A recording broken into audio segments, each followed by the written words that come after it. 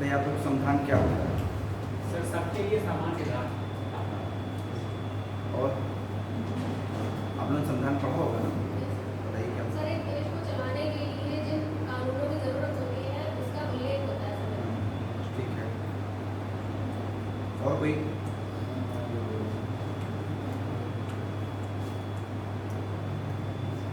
और कोई बताइए, आप लोग कुछ जान बताएं पीछे जो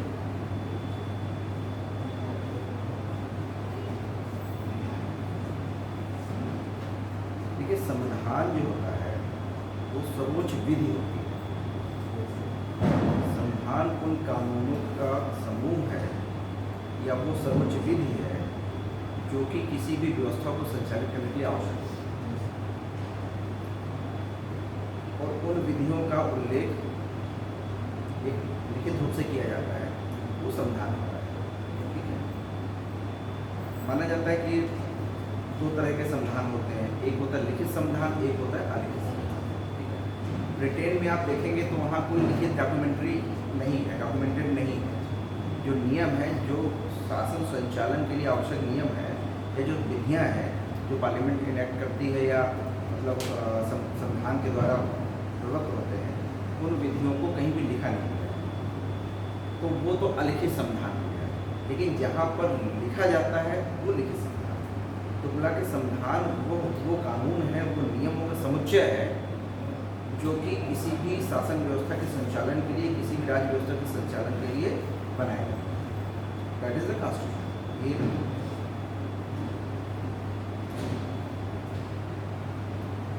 देखिए जब हम कॉन्स्टिट्यूशन पढ़ते हैं तो कॉन्स्टिट्यूशन का आपने ऐतिहासिक विकास भी पढ़ा होगा, तो किस तरह से कॉन्स्टिट्यूशन का हमारे यहाँ डेवलपमेंट हुआ, पढ़ाएंगे नहीं पढ़ाएंगे, कुछ बताएंगे उस पर?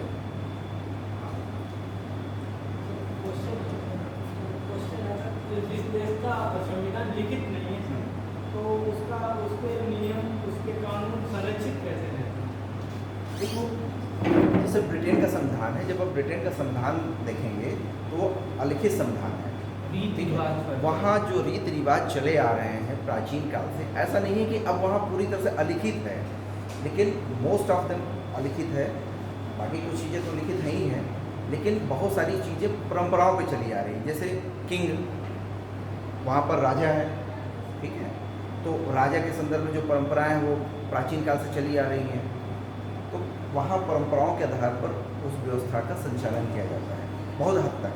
लेकिन अब मॉडर्न डे पे अब ये नहीं कह सकते कि पूरी तरह से कि अनरिटन है, ऐसा नहीं कहा जा सकता, लेकिन बहुत सारी चीज़ें हैं जो परंपराओं पे आती हैं, उसका कहीं भी संविधान में उल्लेख नहीं है, कहीं भी वो नहीं है, बट वो प्रचलन में जो चीज़ें हैं पूरी प्रचलन की चीज़ों से वो डिसाइड होती हैं। ठीक है। तो इस तरह से अलिखित संविधान होता है। लिखित संविधान में क्या होता है कि सारी चीज़ें लिखी जाती हैं, सारी व्यवस्थाएँ लिखी जाती हैं, उसकी प्रक्रिया का भी वर्णन होता है कि किस प्रक्रिया के तहत पार्लियामेंट का चुनाव होगा, किस प्रक्रिया के तहत जो है राष्ट्रपति का चुनाव होगा, किस प्रक्रिया के तहत विधायकों का चुनाव होगा, मतलब जो भी चीज़ें हैं शासन व्यवस्था के संचालन में उनका वो लिखित कर दिया जाता है। भारत के संदर्भ में माना जाता है कि सबसे बड़ा संविधान, ठीक है, क्यों है? क्योंकि इसमें केंद्र का संविधान तो है ही है, इसमें साथ साथ राज्यों के भी संविधान को इसमें जोड़ दिया गया, तो एक बड़ा दस्तावेज बन गया है। उसकी क्या परिस्थिति रही वो अलग बात है, मतलब हमारा एक विशाल देश है, बहुत सारी कंडीशन रही है जिनके कारण राज्यों के भी संविधान को उसमें जगह देनी पड़ी, इस तरह से वो बड़ा संविधान हो गया है। लेकिन तुलना के संविधान जो लिखित संविधान होते हैं उसमें शासन व्यवस्थाओं का संचालन किस तरह किया जाएगा उसका उसमें उल्लेख किया जाता है, और उन्हीं के आधार पर, क्योंकि वो सर्वोच्च विधि होती है, तो उन्हीं के आधार पर फिर आगे हम लोग देखते हैं या न्यायपालिका जो भी उसमें निर्णय देती है वो देखती है संविधान में क्या लिखा हुआ है। भाई जो लिखा होता है, जो संविधान का इनहेरेंट चीज़ होती है, उसके आधार पर निर्णय देती है। तो संविधान एक ऐसा दस्तावेज हो गया जो कि सर्वोच्च कानूनों का समूह है, और वो लिखित भी है, एक दस्तावेजी है, और कुछ संविधान ऐसे होते हैं जो अलिखित होते हैं, जैसे ब्रिटेन का संविधान, लेकिन मोस्टली लिखित संविधान ही आपको मिलेंगे। ठीक है, ये हो गया संविधान का। भारत के संविधान के संदर्भ में उसकी विशेषताएं आप लोगों को पता ही है, पता है कि नहीं पता? नहीं पता। हम विशेषताओं पे नहीं जाएंगे, हम एक टॉपिक ले रहे हैं दर्शन। संविधान का दर्शन, ठीक है। संविधान का दर्शन क्या है? कोई बता सकता है कि संविधान का दर्शन क्या है? हाँ, वेरी गुड, वेरी गुड, बहुत अच्छा। जो हमारी प्रस्तावना है वो संविधान का दर्शन है, ठीक है। प्रस्तावना क्यों लिखी जाती है? सर, किसी भी संविधान का परिचय पत्र। हाँ, वो परिचय पत्र है, मतलब संविधान क्या अटेन करने जा रहा है, या संविधान में क्या दिया हुआ है, या संविधान किन लक्ष्यों को प्राप्त करने जा रहा है, उसका वर्णन उद्देश्यक्रम होता है, जिसको हम प्रस्तावना या उद्देश्य का कहते हैं। क्योंकि किसी भी दस्तावेज या किसी भी कानून का जो हमने उसमें जगह जिनको दी है, जो हमने एक अपने लिए, अपने शासन करने के लिए हमने एक दस्तावेज बनाया है, संविधान का निर्माण किया है, वो क्या चाहता है, ठीक है। क्योंकि एक सवरेन कंट्री में एक सार्वभौम, मतलब जो सवरेन कंट्री होगी उसके लिए एक विधान होना चाहिए, क्योंकि हमारा संचालन कैसे होगा? हमारा संचालन तो एक विधि के माध्यम से होगा ना, क्योंकि हमारे यहाँ रूल ऑफ लॉ है। तो जब रूल ऑफ लॉ होगा तो उसके लिए क्या जरूरत पड़ेगी? एक सर्वोच्च संविधान की जरूरत पड़ेगी, मतलब एक संविधान की जो सर्वोच्च होगा, ठीक है, वो सर्वोच्च विधि होगी, उसी से हम अपना संचालन करेंगे। क्योंकि हम किसी व्यक्ति के अधीन तो है नहीं, राजतंत्र तो है नहीं, हमारे यहाँ गणतंत्र है, ठीक है ना। तो उसके संचालन के लिए लिखित चीज़ें होती हैं, कानून बनाए जाते हैं। वो कानून जो होता है वो संविधान का अंग होता है, और वो जो कानून बनाए जाते हैं किसी उद्देश्य के लिए बनाए जाते हैं, कोई उसका उद्देश्य होता है आगे जिसको हम प्राप्त करना चाहते हैं। तो जब हम संविधान के उद्देश्य का पढ़ेंगे तो वो बेसिकली क्या है? संविधान का दर्शन है, फिलॉसफी है उसकी। किसी को संविधान की उद्देश्य का याद हो तो पढ़िए, किसी को याद है? बताइए। हम भारत के लोग भारत को समाजवादी, पंथनिरपेक्ष, लोकतांत्रिक गणराज्य बनाने हेतु तथा उसके समस्त नागरिकों को राजनीतिक, सामाजिक, राजनीतिक और आर्थिक स्वतंत्रता, विचार अभिव्यक्ति, विश्वास, धर्म और उपासना की स्वतंत्रता तथा उन सब में व्यक्ति की गरिमा एवं एकता तथा अखंडता को सुनिश्चित करने वाली बंधुता को आज इस संविधान सभा में ऐसे द्वारा 26 नवंबर को अंगीकृत, आत्मार्पित और अधिनियमित करती है। बहुत सही, वेरी गुड। थोड़ा सा आगे पीछे है लेकिन काफ़ी तो सही है, बहुत बढ़िया। देखिए, जो देश का है, देश का ये है कि हम भारत के लोग भारत को एक संपूर्ण, प्रभु संपन्न, समाजवादी, पंथनिरपेक्ष, लोकतांत्रिक गणराज्य बनाने के लिए तथा उसके समस्त नागरिकों को सामाजिक, आर्थिक और राजनीतिक न्याय, विचार अभिव्यक्ति, विश्वास, धर्म और उपासना की स्वतंत्रता, प्रतिष्ठा और अवसर की समता प्राप्त कराने के लिए तथा उन सब में व्यक्ति की गरिमा और राष्ट्र की एकता और अखंडता सुनिश्चित करने वाली बंधुता बढ़ाने के लिए दृढ़ संकल्प होकर अपनी इस संविधान सभा में आज तारीख 26/11/1949 ईस्वी मित मार्गशीर्ष शुक्ल सप्तमी संवत 2006 विक्रमी को एतद द्वारा इस संविधान को अंगीकृत, अधिनियमित और आत्मार्पित करते हैं, यही ना। तो जब हम संविधान पढ़ते हैं तो हमारे दिमाग में क्या स्ट्राइक करता है? मतलब जब उद्देशिका पढ़ते हैं क्या क्या चीज़ें स्ट्राइक कर रही हैं? बताइए, कुछ चीज़ें स्ट्राइक कर रही हैं, क्या करें बताइए। जब हम उद्देशिका पढ़ रहे हैं तो कुछ चीज़ें स्ट्राइक कर रही होंगी, क्योंकि उसमें कुछ वर्ड हैं, जैसे हम भारत के लोग, एक संपूर्ण, प्रभु संपन्न, समाजवादी, पंथनिरपेक्ष, लोकतांत्रिक गणराज्य,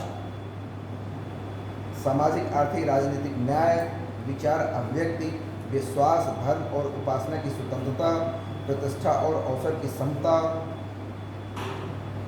व्यक्ति की गरिमा, एकता और अखंडता सुनिश्चित करने वाली बंधुता, यही सब वर्ड है उसमें। तो इनका मतलब समझते हैं आप, क्या है मतलब? बताइए, क्या बताना चाह रहे हैं? जैसे इसमें धर्मनिरपेक्ष वर्ड का मतलब है कि सभी धर्म यहाँ पे समान होंगे। गणराज्य का मतलब ये हो गया कि जैसे यहाँ पे जो राष्ट्रपति होगा वो जनता द्वारा चुना जाएगा, ना कि परंपरा के आधार पर राजा या रानी होगा। लोकतंत्र का मतलब है जितने भी प्रतिनिधि होंगे वो जनता के द्वारा सीधे चुने जाएंगे। तो सर, शुरुआत में से वर्ड होता है हम भारत के लोग, यानी जो भी इसमें चीज़ें होंगी वो हम भारत के लोगों की सहमति के द्वारा ही होंगी। बस। इंसिडेंट पब्लिक द्वारा कहाँ, वो तो इनडायरेक्ट होगा, डायरेक्ट नहीं होगा। नहीं पता। सर जैसे इसमें सभी व्यक्ति को सामाजिक, आर्थिक एवं राजनीतिक न्याय प्रदान किए जाएंगे और ठीक है। और कई प्रकार की जिसमें स्वतंत्रताएं हैं वो यहाँ पर सभी नागरिकों को दी जाएंगी और उसमें सभी लोगों की गरिमा, अखंडता, इसका भी ध्यान रखेंगे। Very good very good. किस क्लास में बेटा? सर BA सेकेंड ईयर का एग्जाम दिया। ठीक है। और कोई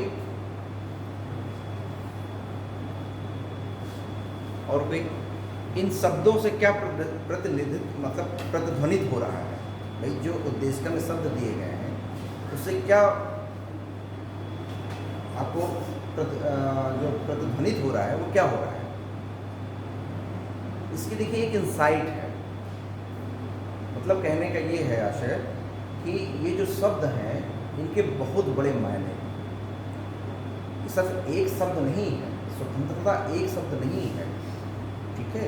ये जो पूरी फिलॉसफी दी गई है, जो संविधान दिया गया है, ठीक है, उसका बहुत ही मार्मिक अर्थ उन शब्दों का। तभी इसी संविधान, जब हमारे संविधान में ये वर्ड रखे गए, मतलब उद्देश्य में ये रखे गए, स्वतंत्रता, समानता, न्याय, भ्रातृत्व और बंधुता, संपूर्ण प्रभुत्व, समाजवादी, पंथ निरपेक्ष, लोकतांत्रिक गणराज्य, तो उसके पीछे का एक दर्शन है, ठीक है। उसमें हमारी सभ्यता, जो सभ्यता से चली आ रही है, मतलब हम इस उद्देश्य के माध्यम से अपने राष्ट्र के विकास की जो यात्रा है, ठीक है, और जो हम आगे अटेंड करने जा रहे हैं, जो हम प्राप्त करने जा रहे हैं, उस लक्ष्य का यहाँ पर उल्लेख है। जो हम पीछे से विकास यात्रा जो हमारी है और हम अब आगे जो जा रहे हैं, उसका एक निचोड़ इस संविधान की उद्देशिका में दिया गया है। जैसे देखिए, जब हम पहले इस ब्रिटेन थे, उनके हम गुलाम थे एक तरह से, ठीक है। हमारे यहाँ अंग्रेजों का शासन था, इस वजह से हमें अपने सुशासन करने का अधिकार नहीं। जब ईस्ट इंडिया कंपनी यहाँ पर आई, उसने पूरी एक तरह से शासन व्यवस्था अपने हाथों में ले ली। एक व्यापारी कंपनी थी, उसने अपने हाथ में भारत के शासन के नियंत्रण किया। फिर 1858 को जो एक्ट आता है, उसके माध्यम से जो ब्रिटिश की पार्लियामेंट है या क्राउन है, उसके माध्यम से मतलब वो पूरा अटेंड कर लेता है, पावर ले लेता है और एक तरह से डायरेक्ट यहाँ पर शासन व्यवस्था का संचालन करता है, ठीक है। मतलब सेक्रेटरी ऑफ इंडिया करके वो है, उसके माध्यम से शासन का संचालन करता है। तो 1858 में जो एक्ट आया था, पीछे के एक्ट आप लोग जानते होंगे, पढ़े होंगे या पढ़ भी लेंगे, वहीं से पहली बार 1858 का जो एक्ट है, वहाँ से पहली बार ब्रिटेन सीधा भारत पर शासन का सूत्र संभालता है, ठीक है। मतलब क्राउन के माध्यम से, मतलब पार्लियामेंट कानून बनाती है, उसके माध्यम से वो करता है। एक तरह से यहाँ पर हमको सुशासन का अधिकार नहीं था, बिल्कुल। हमें कोई भी यहाँ के जो गवर्नमेंट का संचालन है, गवर्नमेंट का संचालन है, गवर्नमेंट की प्रक्रिया है, गवर्नमेंट का संचालन है या शासन व्यवस्था का संचालन है, उसमें भारतीय लोगों का रह जाए।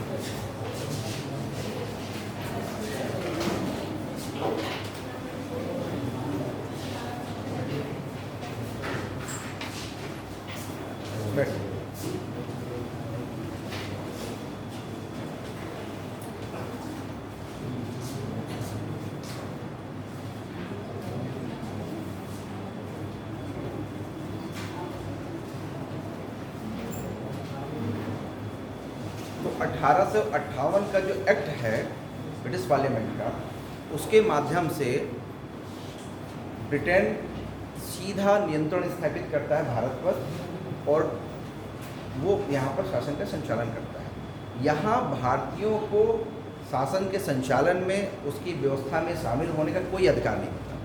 मतलब हमारे पास कोई भी सुशासन का अधिकार नहीं है। हमें अपने अफेयर्स में, अपने मामलों में निर्णय लेने का कोई अधिकार नहीं होता है। फिर आगे की जो यात्रा चलती है उसमें धीरे धीरे धीरे रिलैक्सेशन होता है और आगे के जो एक्ट होंगे, क्योंकि यही डिमांड होती है जब नेशनल मूवमेंट चल रहा होता है, तो यही डिमांड होती है कि हमको भी भागीदारी का मौका मिले।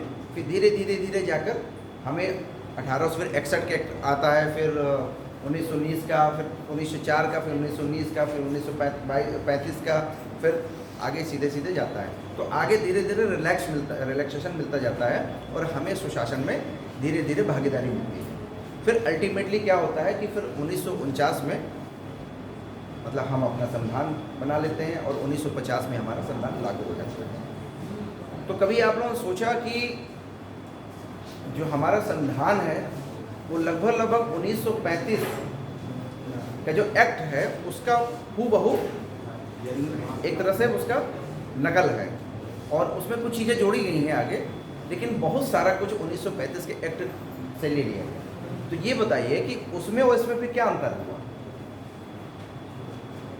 भाई सारी चीज़ें हमने वहाँ से उठाई।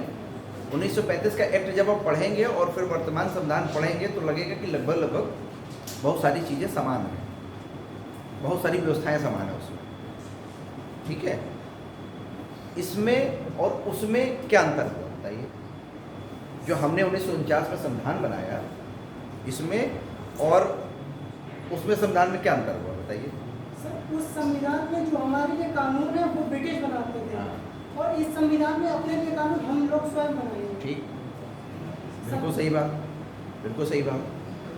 तो जो उसका मोरल है एक तरह से, भाई 1949 में हमने संविधान बनाया तो हमने, ठीक है, हमने वहाँ से लिया, अडॉप्ट किया, चूँकि हमारे यहाँ प्रक्रिया चल रही थी, हम उसी संविधान से जो एक्ट हमारे यहाँ लागू था, बहुत सारी चीज़ों से हम रूबरू थे, उसके बारे में जान रहे थे। तो बेसिकली क्या है कि वो संविधान जो बनाया गया था, ये जो वो एक्ट बनाया गया था, वो ब्रिटिश द्वारा बनाया गया था।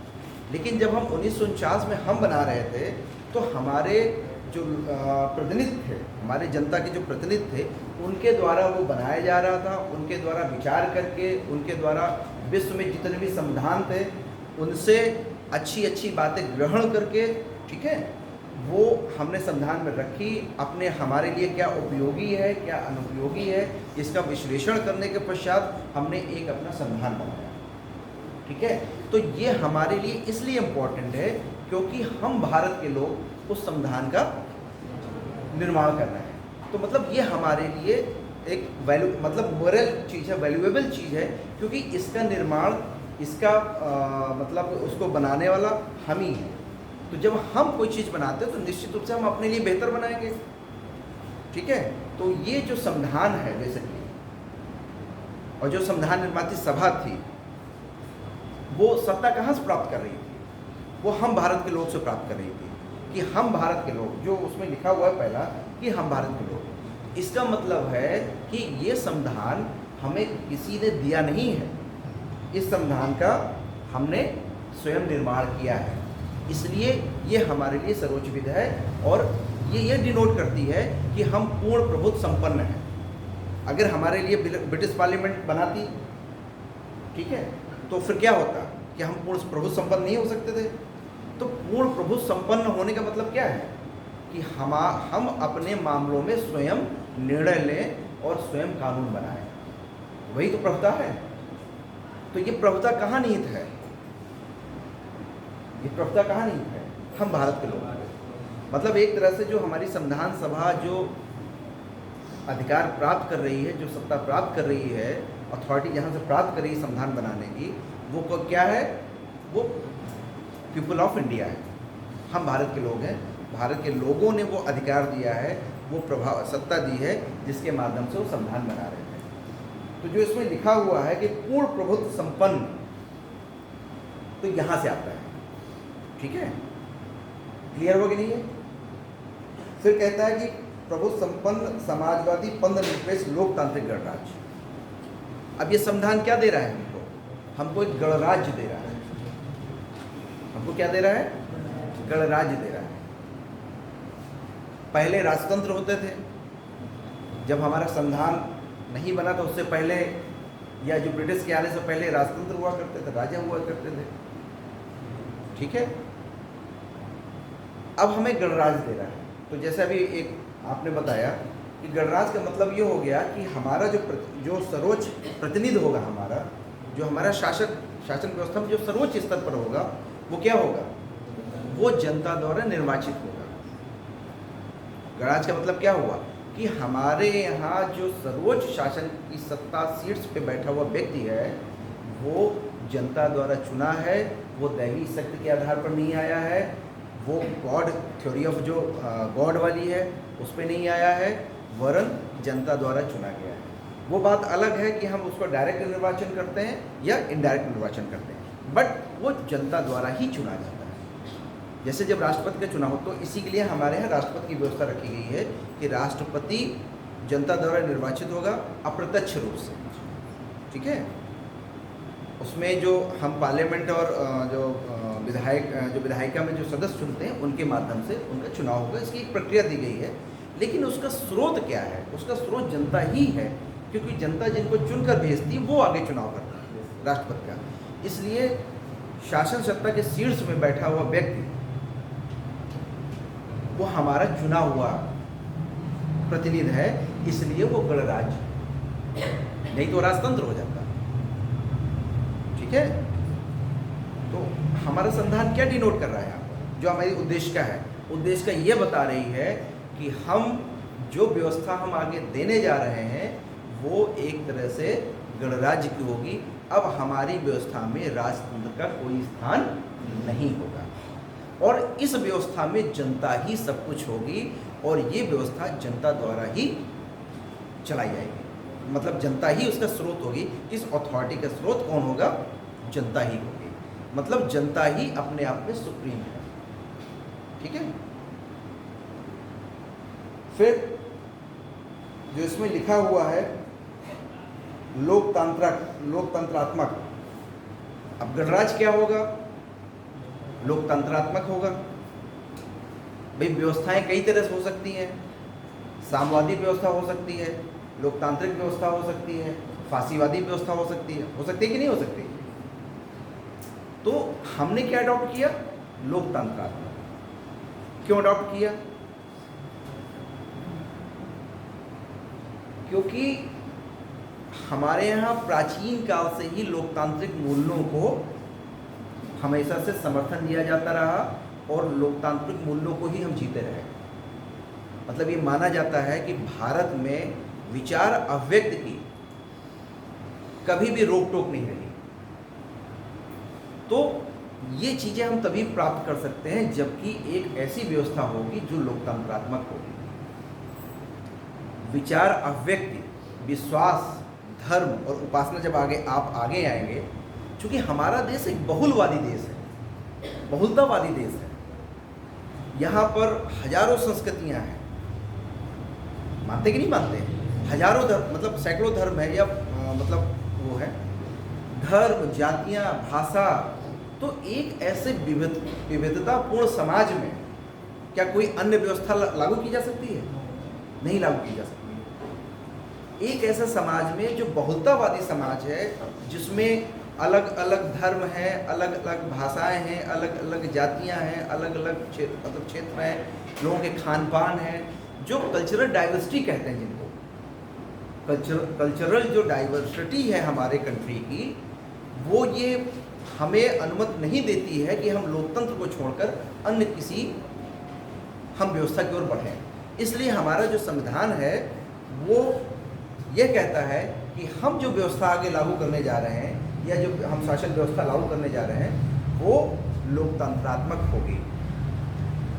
मतलब एक ऐसी व्यवस्था होगी जो कि लोकतंत्रात्मक होगी। उसमें लोगों के विचार, अभिव्यक्ति, विश्वास, धर्म और उपासना की स्वतंत्रता होगी। क्योंकि स्वतंत्रता फलीभूत तभी हो सकती है जबकि एक लोकतांत्रिक व्यवस्था होगी। बिना लोकतांत्रिक व्यवस्था के यह नहीं हो सकती। अब लोकतांत्रिक व्यवस्था क्या? उसमें भी कई तरह के होते हैं। तो जैसा भी एक बच्चे ने बताया कि अभी आपने लोकतांत्रिक व्यवस्था बताया कि क्या बताया था आपने? प्रतिनिधि जो होते हैं जनता के द्वारा चुने हुए होते हैं। यही तो है ना लोकतांत्रिक व्यवस्था, जिसमें कि हमें पावर, हमें अधिकार मिला है कि हम अपने प्रतिनिधियों का चुनाव कर सकें, हम उनके माध्यम से हम शासन सत्ता का संचालन करें। जब हमने प्लेटो पढ़ाया था तो हमने एक चीज़ बताई थी कि जो प्लेटो है और जो अरस्तु है, हमने तुलना बताई थी। आप उससे अब यहाँ को रिलेट करिएगा कि अरस्तु रूल ऑफ लॉ की बात करता है। क्यों रूल ऑफ लॉ की बात करता है?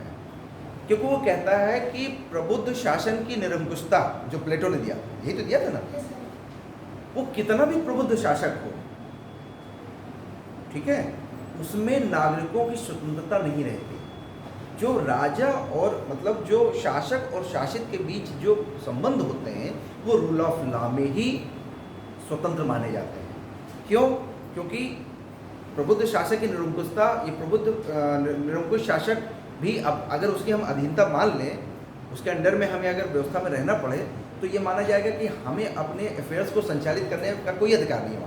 वहाँ पर जो फिलॉसफर किंग है वही सब कुछ करेगा, वही विधि का निर्माण करेगा, हमारी कोई भागीदारी नहीं है। लेकिन रूल ऑफ लॉ में हमारी भागीदारी होती है, हम अपने प्रतिनिधित्व के माध्यम से अपने लिए कानून बनाते हैं।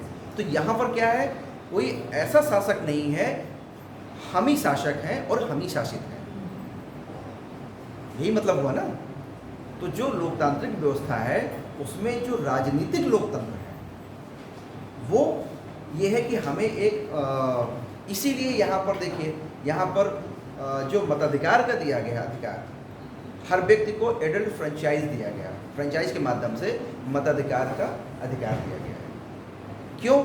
क्योंकि बिना मताधिकार दिए सबको हम लोकतांत्रिक व्यवस्था की स्थापना नहीं कर सकते, क्योंकि प्रत्येक व्यक्ति को अधिकार देना पड़ेगा कि वो शासन के संचालन में इनडायरेक्ट रूप से, डायरेक्ट रूप से तो भागीदारी नहीं हो सकती उसकी, इनडायरेक्ट रूप से भागीदार बने।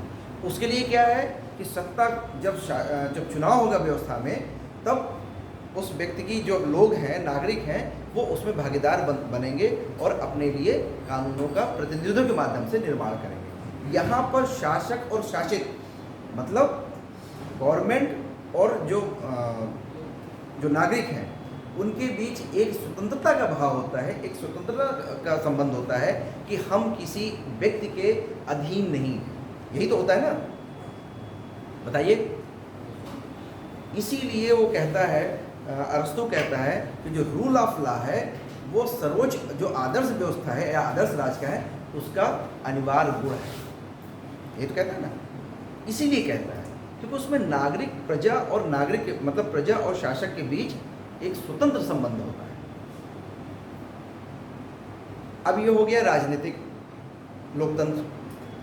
अब हमने जो राजनीतिक लोकतंत्र हमने अपनाया वो किस तरह का लोकतंत्र अपनाया? पार्लियामेंट्री फॉर्म ऑफ डेमोक्रेसी, यही तो है ना हमारे यहाँ, पार्लियामेंट्री फॉर्म ऑफ डेमोक्रेसी। भाई एक तो ये है कि पार्लियामेंट्री फॉर्म ऑफ डेमोक्रेसी है जो हमने ब्रिटेन से लिया, और एक जो है अमेरिका वाली डेमोक्रेसी है जो प्रेसिडेंट वाली है। तो हमने पार्लियामेंट्री फॉर्म ऑफ डेमोक्रेसी क्यों बनाया बताइए? सर क्योंकि हम पार्लियामेंट्री फॉर्म से बहुत अवगत हो चुके थे। ठीक है, वेरी गुड। और कोई?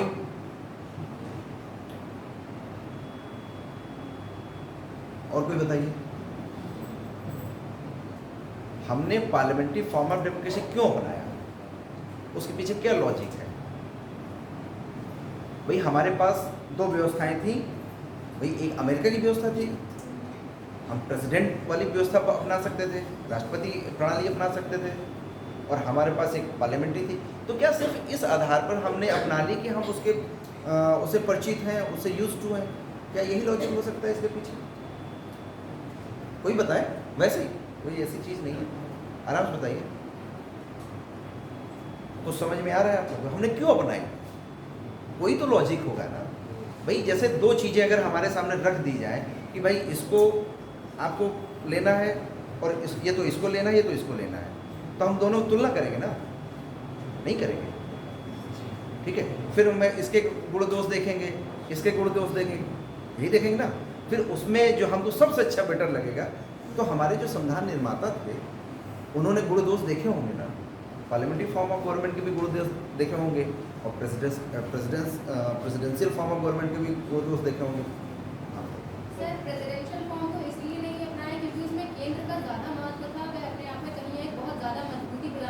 है Yes. और हमें राज्यों को भी अपनी स्वतंत्रता देनी थी क्योंकि हम विविधता से परिपूर्ण हैं। हाँ, नहीं ठीक है, मोटा मोटा आप पहुंच रहे हैं, बट उतना लॉजिकल नहीं है ये। इसमें जो अमेरिका का शासन और संविधान था उसमें सिर्फ राष्ट्रपति एकल राष्ट्रपति के हाथों में राष्ट्रपति ही सर्वोत्तम था। ठीक। लेकिन यहाँ प्रधानमंत्री भी हो, तो ब्रिटेन के शासन उसमें था, तो उसमें प्रधानमंत्री का भी कुछ हाँ ठीक है, मतलब प्रधानमंत्री की भी व्यवस्था है। मतलब पार्लियामेंट्री फॉर्म ऑफ गवर्नमेंट में राष्ट्रपति तो होता ही है। हमारे यहाँ राष्ट्रपति जो होता है एक तरह से वो संवैधानिक प्रमुख माना जाता है, और जो वास्तविक सत्ता का संचालन जिसके हाथ में होता है वो प्रधानमंत्री होता है, और सत्ता का जो वास्तविक संचालन का सूत्र है वो प्रधानमंत्री में निहित होता है। दोनों पदों का सृजन हो। नहीं, ये तो व्यवस्था हो गई। लॉजिक क्या था उसके पीछे, लॉजिक क्या था? सर इसका मुख्य लॉजिक का उत्तरदायित्व। वेरी गुड, इस दायित्व नहीं वेरी होता है, गुड, लेकिन वेरी उत्तरदायित्व गुड, होता है। बहुत बढ़िया, बिल्कुल, that is the core point. Very good, बहुत अच्छा। पार्लियामेंट्री फॉर्म ऑफ गवर्नमेंट जो हमने अपनाई उसमें और प्रेसिडेंशियल फॉर्म ऑफ गवर्नमेंट में अंतर यही था कि जब प्रेसिडेंशियल फॉर्म ऑफ गवर्नमेंट में जब राष्ट्रपति एक बार चुन लिया जाएगा तो 5 साल के लिए उसका निर्वाचन हो जाएगा, फिर उसको मतलब जो वहाँ व्यवस्था दी गई है उसके माध्यम से ही इम्पीचमेंट जो भी कहते हैं, इम्पीचमेंट है ना, महाभियोग के माध्यम से, उसके माध्यम से ही उसको हटाया जा सकता था, बाकी किसी माध्यम से उसको नहीं हटाया जा सकता। यही तो है ना, यही तो है ना। लेकिन पार्लियामेंट्री फॉर्म ऑफ गवर्नमेंट में क्या है कि यहाँ पर दिन प्रतिदिन का उत्तरदायित्व, मतलब उत्तरदायित्व निर्धारित करना था हमें इसलिए करना था क्योंकि हम ब्रिटिश रूल से मुक्ति पा रहे थे। ठीक है, हमें ये महसूस हो रहा था कि कहीं ऐसा ना हो कि हम इतना अगर प्रभावशाली या शक्तिशाली राष्ट्रपति वाली व्यवस्था को हम यहाँ पर अपना लेंगे तो शासक कहीं निरंकुश ना हो जाए। भाई 5 साल के लिए हमने सत्ता सौंप दी, हम नए नए लोकतंत्र भर रहे थे। भाई हमारे यहाँ तो नया नया लोकतंत्र आ रहा था, हमें ये डर था। यहाँ पर कई सारी प्रवृत्तियाँ ऐसी थी, तानाशाही प्रवृत्तियाँ थी, ये तमाम प्रकार की प्रवृत्तियाँ थी। हमें लग रहा था कहीं ऐसा ना हो कि हमारे नवजात लोकतंत्र की हत्या हो जाए, कोई ऐसा व्यक्ति आ जाए जो लोकतंत्र को बिल्कुल ख़त्म कर दे। तो हम इस स्थिति में नहीं थे कि हम इतने पावरफुल प्रेसिडेंट को हम मतलब शासन की सत्ता की सीट्स पर हम राष्ट्रपति की नियुक्त करें या राष्ट्रपति की व्यवस्था अपनाएं। तो हमें क्या चाहिए था? हमें एक ऐसी व्यवस्था चाहिए थी जो कि डे टू डे जनता के समर्थन पर निहित हो, उस पर निर्भर हो। तो जब हम ऐसी चीज़ खोजते हैं तो हमें मिलती है पार्लियामेंट्री फॉर्म ऑफ डेमोक्रेसी, जिसमें कि जो सरकार होगी, ठीक है, प्रधानमंत्री उसका प्रमुख होगा, वो सरकार होगी, वो पार्लियामेंट के लिए उत्तरदायी होगी। और कब तक उत्तरदायी होगी? जब तक कि पार्लियामेंट का समर्थन है। मतलब वो तब तक बनी रहेगी जब तक कि पार्लियामेंट का समर्थन है। क्यों? कभी भी हो सकता है कि पार्लियामेंट में समर्थन उसका खत्म हो जाए। मतलब हम 5 साल के लिए चुनेंगे जरूर, लेकिन उसको दिन प्रतिदिन के लिए पार्लियामेंट का समर्थन आवश्यक होगा। अगर पार्लियामेंट किसी भी दिन बैठ जाए और कहे कि हम अविश्वास व्यक्त करते हैं सरकार पर, सरकार उसी दिन गिर जाएगी। नहीं गिर जाएगी? बताइए। ये नहीं हो सकता 5 साल का वेट करें, उसके बाद अगर हम कोई ऐसी सरकार चुन लें जो कि हमें लगे कि नहीं निरंकुश है या तानाशाह है, हमारे संविधान के अनुरूप नहीं चल रही है, तो क्या होगा? तो हम अगर उसको हटाना चाहें तो नहीं हटा सकते parliament presidential form of government में। क्यों? क्योंकि उसके लिए इम्पीचमेंट लाना पड़ेगा, और इम्पीचमेंट बहुत ही मतलब वो जटिल प्रक्रिया है। उस जटिल प्रक्रिया में हम जाए बगैर हम उस प्रेसिडेंट को नहीं हटा सकते। लेकिन हमारे यहाँ क्या है? हमारे यहाँ एक अविश्वास प्रस्ताव, मोशन ऑफ नो कॉन्फिडेंस आप ले आइए, सरकार गिर जाएगी। अगर उसको समर्थन नहीं प्राप्त है तो सरकार गिर जाएगी। कारण ये था कि हमें जनता के प्रति सरकार को जवाबदेह बनाना था। समझ रहे लॉजिक? इसीलिए पार्लियामेंट्री फॉर्म ऑफ गवर्नमेंट हमने अपनाई। चूंकि हम एक नवजात लोकतंत्र थे, हमें ऐसी सरकार व्यवस्था चाहिए थी जो जनता पर जो जनता के समर्थन पर टिकी हो। कहीं ऐसा न हो कि जनता वो व्यवस्था चुने या जनता सरकार को चुने और सरकार जो है संविधान में हेर फेर करके उसको तोड़ मोड़ करके वो एक तानाशाही व्यवस्था की ओर अग्रसर हो जाए। इसी वजह से पार्लियामेंट्री फॉर्म ऑफ गवर्नमेंट। अब पार्लियामेंट्री फॉर्म ऑफ गवर्नमेंट की विशेषता क्या है? एक तो संविधान से संचालित रूल ऑफ लॉ, जो संविधान है, संविधान सर्वोच्च होता है, ठीक है। दूसरा क्या होता है? मंत्रिमंडल होता है, उसमें मंत्रिमंडल के माध्यम से सरकार चलाया जाता है, ठीक है।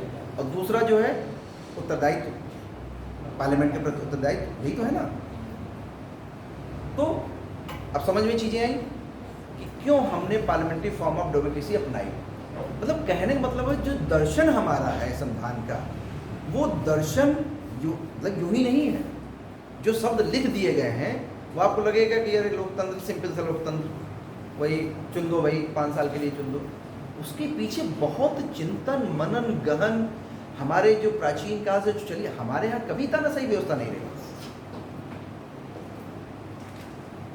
बताइए कभी रही हो?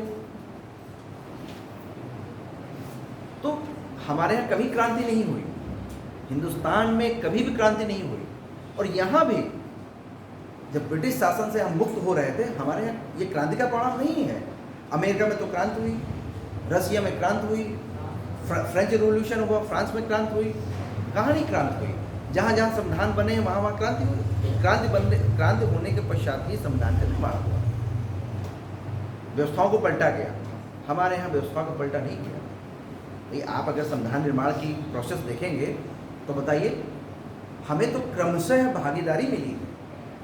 मतलब हम अगर ऐतिहासिक पृष्ठभूमि हम अपने संविधान के निर्माण की देखें तो 1700 में ईस्ट इंडिया कंपनी कब आती है यहाँ पर? है 1600 में। तो 1600 के बाद से भाई जब ईस्ट इंडिया कंपनी थी तो व्यापारी कंपनी थी, वो शासन कर रही थी। जब 1858 का संविधान आया, जब ब्रिटिश गवर्नमेंट ने उसको अंडरटेक किया एक तरह से कंपनी को, तब जाके मतलब धीरे धीरे धीरे एक गवर्नेंस की व्यवस्था आई यहाँ पर। गवर्नेंस की व्यवस्था आई, रूल के माध्यम से गवर्नेंस किया गया यहाँ पर, ठीक है। रूल बनाए गए, उसके लिए एक्ट बनाए गए, वहाँ की संसद ने, पार्लियामेंट ने पास किया, उसके एक्ट के अधीन यहाँ का शासन का संचालन हुआ।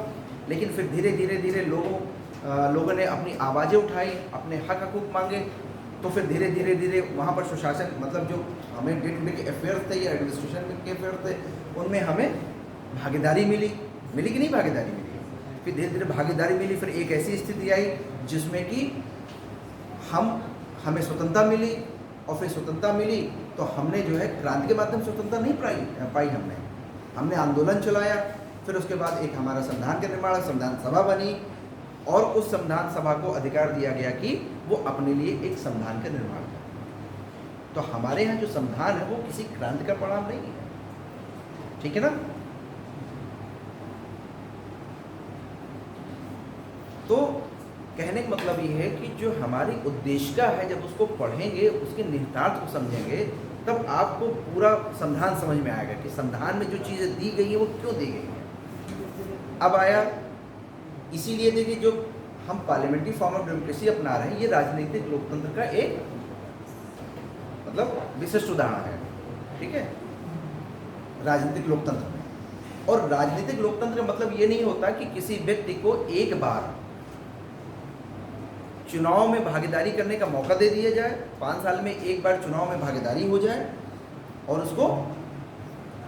उसकी इच्छी हो जाए, उसके कर्तव्यों की इच्छी हो जाए, ठीक है। वो तो अगर ये सिर्फ होगा तो क्या होगा कि एक तरह से बहुत सीमित अर्थ में होगा, ठीक है। फिर हमारे पास क्या पावर है। इसीलिए यहाँ पर जब संविधान बना तो हमारे संविधान निर्माताओं ने इसको एडल्ट फ्रेंचाइज भी दिया, वयस्क मताधिकार भी दिया। और कैसा वयस्क मताधिकार? जिसमें कि स्त्री और पुरुष दोनों को अधिकार मिला कि वो राजनीतिक प्रक्रिया में भागीदारी कर सके। हमारा देश मतलब, और ये अमेरिका में देखिए, अमेरिका में शायद 1929 में जाकर ऐसे ही ना कुछ है, 1927 से 1929 में कब जाकर वहाँ पर महिलाओं को वोट का अधिकार दिया गया। हमारे यहाँ संविधान बनते ही भाषा, लिंग, धर्म, जाति इन सब को हटाकर इन सब पे विचार नहीं किया गया।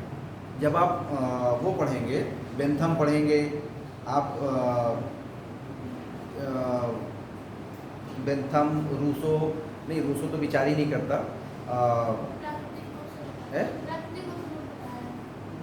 मिल पढ़ेंगे, मिल पढ़ेंगे ना।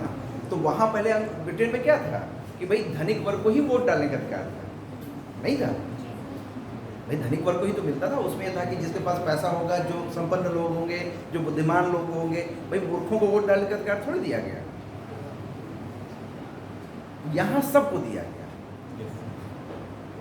वो चाहे पढ़ा हो, चाहे न पढ़ा हो, चाहे शिक्षित हो, चाहे अशिक्षित हो, यही तो है ना।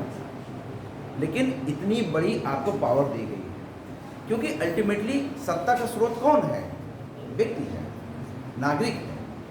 नागरिक होने के नाते उसको ये अधिकार दिया गया और उसके विवेक बुद्धि पर विश्वास जताया गया कि चाहे वो पढ़ा हो, चाहे न पढ़ा हो, हम राजनीतिक भागीदारी में अगर हम वर्ग, भाषा, जाति, लिंग इन आधारों पर हम अगर अंतर करेंगे तो फिर हम जो राजनीतिक लोकतांत्रिक व्यवस्था की स्थापना करने जा रहे हैं वो हमारे जो हमें लक्ष्य दे रहा है, जब हम जिस लक्ष्य को लेके जा रहे हैं वो हम अटेन नहीं कर पाएंगे।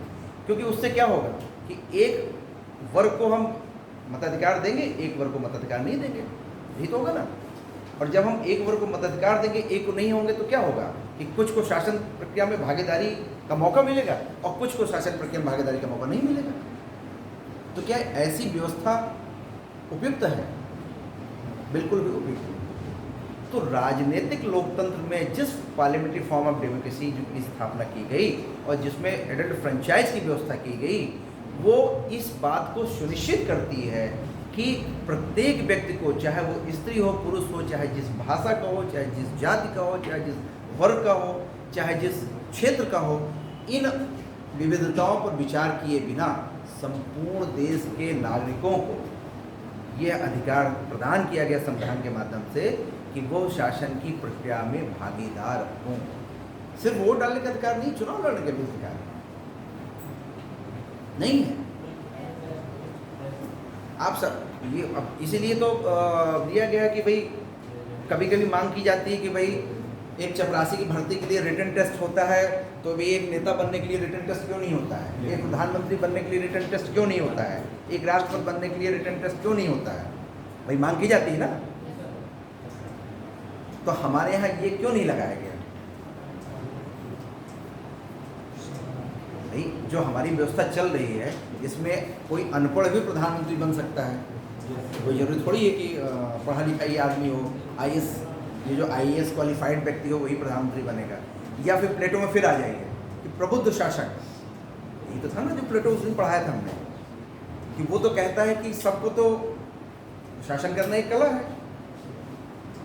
जब शासन करना एक कला है तो दार्शनिक ही शासन करने के योग्य, बाकी तो कोई योग्य ही नहीं है, क्योंकि उसको सत्य का ज्ञान नहीं है, आइडिया ऑफ गुड नहीं है।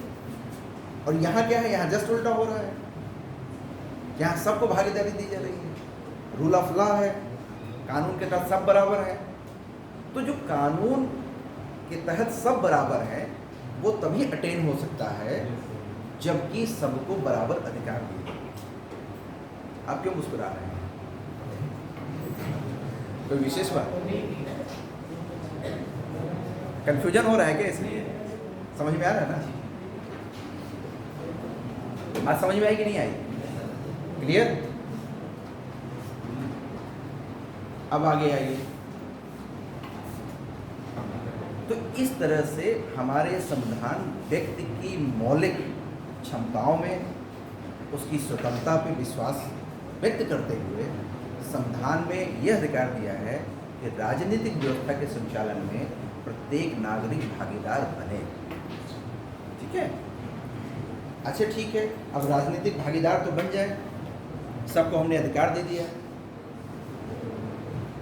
क्या ये राजनीतिक अधिकार या राजनीतिक जो लोकतंत्र है, तब तक फलीभूत हो सकता है जब तक कि समाज में मतलब सामाजिक आर्थिक लोकतंत्र और सामाजिक लोकतंत्र की स्थापना न कर दी जाए।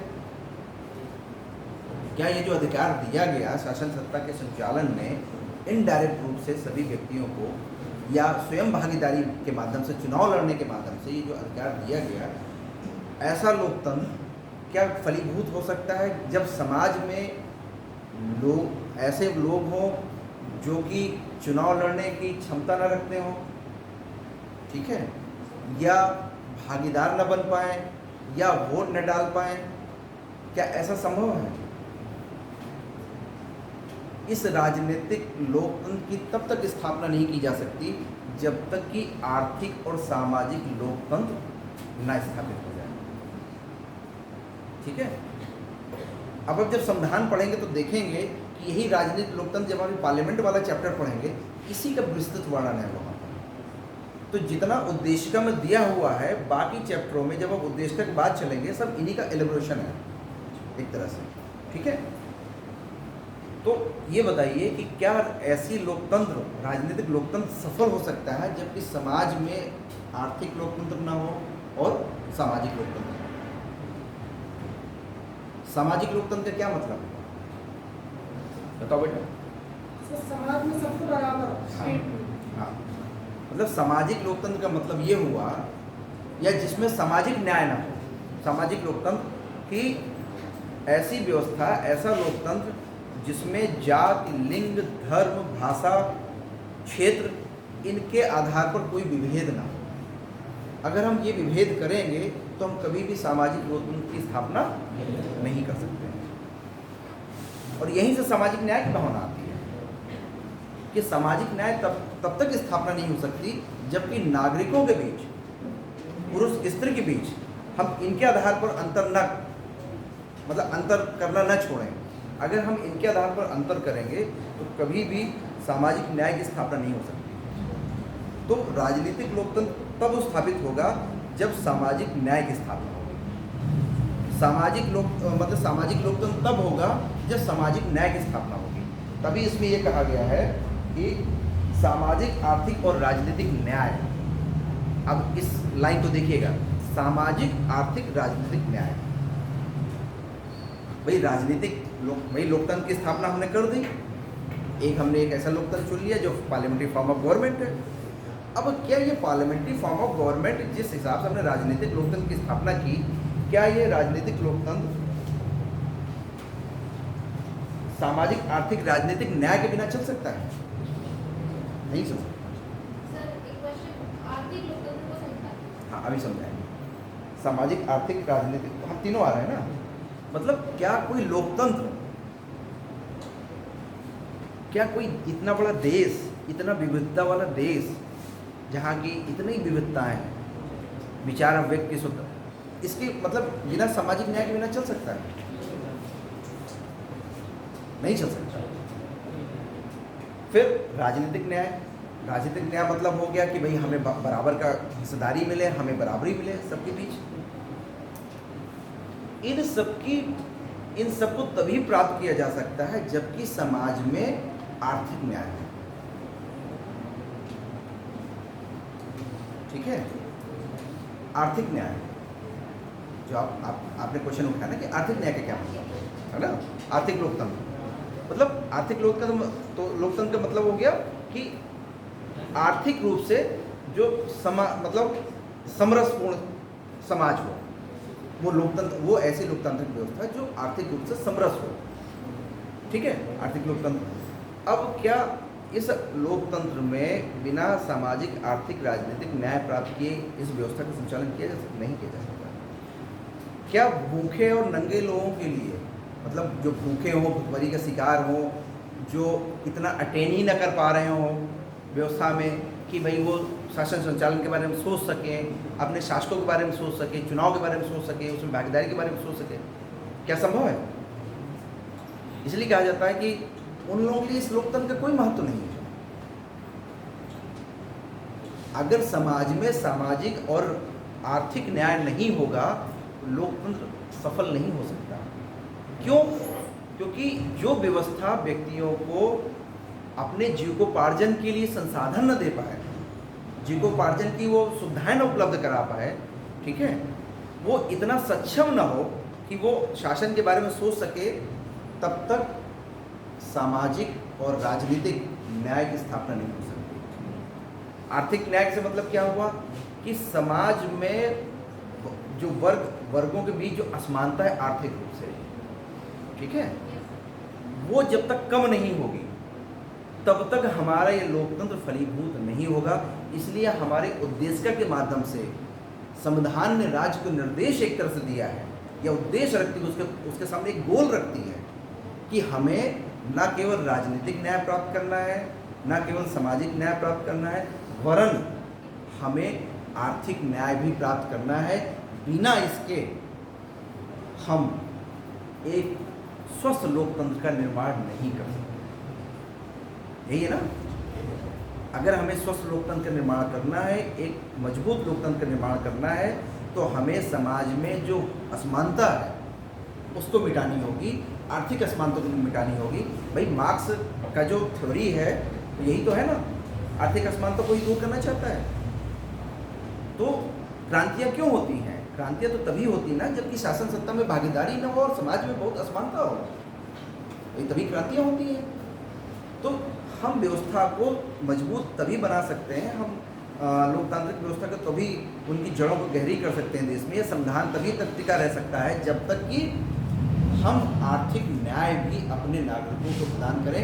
अगर शासन व्यवस्था, अगर संविधान, अगर हमारा लोकतंत्र ये नहीं प्रदान कर सकता तो हमारा लोकतंत्र नहीं चल पाएगा, हमारा संविधान आगे नहीं बढ़ पाएगा, हम वहाँ पर स्थिर हो जाएंगे। ठीक है ना? इसके माध्यम से व्यवस्था, संविधान राज्य व्यवस्था को निर्देश देती है कि आपको आर्थिक न्याय भी अटेन करना है। इसीलिए हमारा क्यों, अब इसके पीछे एक और दर्शन है। ऐसा क्यों? क्योंकि हम जो व्यवस्था स्थापित करने जा रहे हैं वो ना तो तानाशाही व्यवस्था है, ना राजतंत्रात्मक है। हम एक लोक कल्याणकारी वेलफेयर स्टेट की स्थापना करने जा रहे हैं। क्या वेलफेयर स्टेट कब स्थापित होगा? अभी तो होगा ना भाई, वेलफेयर तभी तो होगा ना। मतलब वेलफेयर स्टेट कब होगा? जब एक भूखे को भी खाना मिले। शासन व्यवस्था की जिम्मेदारी होगी कि लोग नागरिक, तभी देखिए वहाँ पर मूल कर उसमें आया, डायरेक्टिव प्रिंसिपल आया है, ठीक है, तो राज्य के प्रति निर्देश दिए गए हैं कि राज्य को ये करना है। डायरेक्टिव प्रिंसिपल लिया है, उसमें देखिए उसमें लिखा हुआ है कि राज्य वो परिस्थितियाँ पैदा करेगा कि प्रत्येक कर्मकार को उसको अपने जीवन यापन के लिए ये सुविधाएं मिले, ये मिले, ये मिले, ये मिले, और उनको जो है वेतन जो मिलेगा वो समान मिलेगा, पुरुष स्त्री कर्मकार के बीच कोई विभेद नहीं मिलेगा, और शिक्षा के समान अवसर मिलेंगे, बच्चों को शिक्षा के लिए समान अवसर मिलेंगे, मतलब उनकी मातृभाषा में जो भी है शिक्षा मिलेगा। मतलब जो डायरेक्टिव प्रिंसिपल है बेसिकली, जो उसका एलिब्रेशन है इसका, वो यही है। जब आप डायरेक्टिव प्रिंसिपल पढ़ेंगे तो आप देखेंगे कि वो जो शब्द वहाँ पर दिए गए हैं और जो लाइन स्टेंजा दिए हुए हैं, उसके पीछे दर्शन कहाँ से आ रहा है? यहीं से आ रहा है, क्योंकि हमको लोकतांत्रिक समाज की स्थापना करनी है, एक ऐसी राज्य व्यवस्था की स्थापना करनी है जो लोक कल्याणकारी हो। अगर अब जैसे आज क्या है, कोरोना हुआ, अगर हमारे यहाँ लोकतांत्रिक मतलब लोक कल्याणकारी राज्य की अवधारणा नहीं होती, यही राजनीतिक मतलब आर्थिक न्याय की बात नहीं होती, तो क्या जो गरीबों को राशन का वितरण हुआ है क्या सरकार करती? नहीं करती। चूँकि हमारे यहाँ लोकतांत्रिक व्यवस्था है, इसलिए राज्य की जिम्मेदारी होती है कि वो अपने नागरिकों को आर्थिक रूप से समर्थ बनाए, ठीक है ना, समर्थ बनाए, मजबूत बनाए, और उनको इस योग्य बनाए कि अपने जीविकोपार्जन के, अपने जीविकोपार्जन कर सके। और उससे अब देखिए फिर डायरेक्टिव प्रिंसिपल में आ गया, वहाँ लिखा हुआ है कि राज्य ऐसी परिस्थितियाँ उत्पन्न करेगा कि व्यक्ति अपने जीविकोपार्जन के लिए उसको खतरे का मतलब खतरे जो एक वर्ड क्या कहेंगे कि मतलब हजार्डस कामों में अपने आप को न लगाना पड़ेगा, ठीक है ना। मतलब ये है कि अपनी सुरक्षा दांव पे न लगानी पड़े। अगर किसी व्यक्ति को अपनी सुरक्षा दांव पे लगाकर अगर जीविकोपार्जन करना पड़े तो फिर उस लोकतंत्र का कोई मतलब नहीं है, उस व्यवस्था का कोई मतलब नहीं है। क्योंकि हमारे यहाँ लोक कल्याणकारी राज्य की स्थापना की जा रही थी, इसलिए राज्य को निर्देश दिया गया, इसीलिए आर्थिक न्याय की बात कही गई है, आर्थिक लोकतंत्र की बात कही गई है। ठीक है, अब आर्थिक लोकतंत्र का जो आपने क्वेश्चन पूछा, कि आर्थिक लोकतंत्र का क्या मतलब हुआ, ठीक है। तो इससे बहुत कुछ इससे निष्कर्ष निकल रहा है। इसीलिए हमने समाजवादी, जो हमारा समाजवादी है, समाजवादी तो बाद में जोड़ा गया, मतलब 42 अमेंडमेंट के माध्यम से, लेकिन ये पहले से चला आ रहा है। मतलब आर्थिक लोकतंत्र का मतलब ये हो गया कि ऐसी लोकतांत्रिक व्यवस्था जहाँ आर्थिक रूप से बहुत असमानता ना हो, ठीक है, समरसतापूर्ण वातावरण हो। अब यहाँ पर चीज़ आती है कि क्या हम धनिकों से पैसा वसूल करके हम निर्धनों में बांट दें? भाई एक चीज़ तो ये हो सकती है ना कि धनिकों से पैसा वसूल करिए, उनको उनकी संपत्ति जब्त कर लीजिए और निर्धनों में बांट लीजिए, समानता आ जाएगी? नहीं आ जाएगी। भाई जो मार्क्स कहता है कि लुटेरों को लूट लो, भाई यही तो कहता है ना, उसका जो साम्यवाद के सिद्धांत है वो कहता ना कि मतलब वो कहता है कि जो पूंजीवादी व्यवस्था है, जो पूंजीपति लोग हैं, इन्होंने धन को लूट लिया है, इनको लूट लो, इनको लूट लिया जाएगा। भाई क्रांति के माध्यम से इनको लूट लिया जाएगा और इनके पैसे को वितरण कर दिया जाएगा। हाँ जाइए।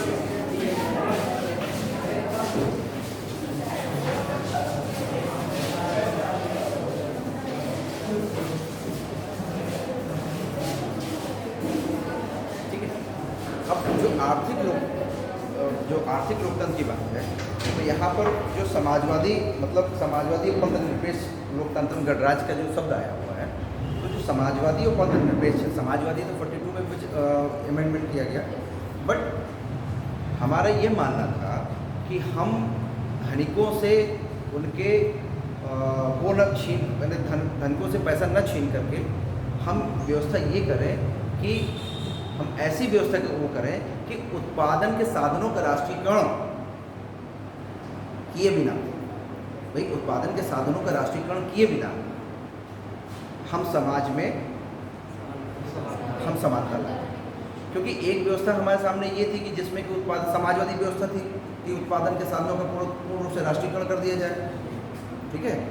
तो इसीलिए हमारे जो आर्थिक लोकतंत्र है उसमें प्राइवेट और गवर्नमेंट दोनों के स्थान है। जो हमारे आर्थिक लोकतंत्र की स्थापना हुई है उसमें निजी और सरकारी दोनों हैं। हमारे यहाँ वो व्यवस्था नहीं अपनाई गई कि उसमें निजी धन का उन्मूलन कर दिया जाए या निजी व्यवस्था का उन्मूलन कर दिया जाए। और एक तरह से जैसे समाज और साम्यवाद है, मार्क्सवाद है, वो कहता है कि मतलब सरकार ही सब कुछ करेगी, यही कहता है ना उसमें कि सरकारी सब कुछ करके उत्पादन के साधनों का राष्ट्रीयकरण कर दिया जाएगा।